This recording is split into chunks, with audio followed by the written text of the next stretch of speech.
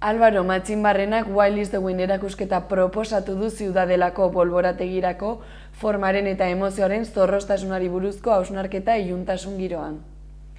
Erakusketa ostiralean zabalduko da eta urriaren 31 arte bisitatzen ahalko da. Wild is the Wind da Álvaro Matxinbarrenak Ziudadelako bolborategian aurkeztuko den erakusketaren izenburua. Erakusketak formaren zorroztasuna eta emozioa landu eta ardaz ditu eta egileak azken urteetan egindako lan sorta biltzen du.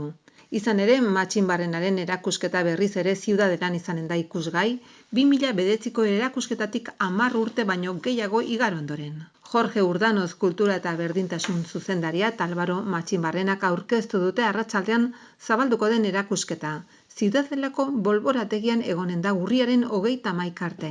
Erakusketa bere horretan bolborategia bisitatzean sortu zen. Bertan egileak ikusi zuen argiztapen sistema aldatuta ohikoa etzen beste gela bat lortzezakela.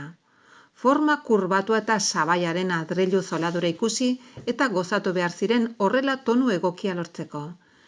Soilik sabaia argiztatzeak eta fokoak alde batera uzteak obraren aldeko beste atmosfera bat sortu du.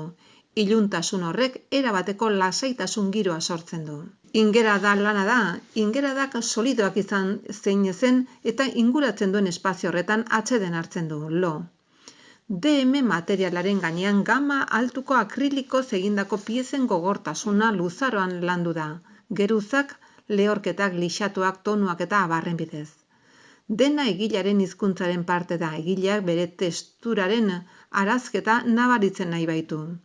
Azkenean erakusketak errespetua helarazten du materialekiko, formarekiko, oinarrizko estetikarekiko, orekarekiko eta edertasunaren solemnitatearen zaletasunarekiko.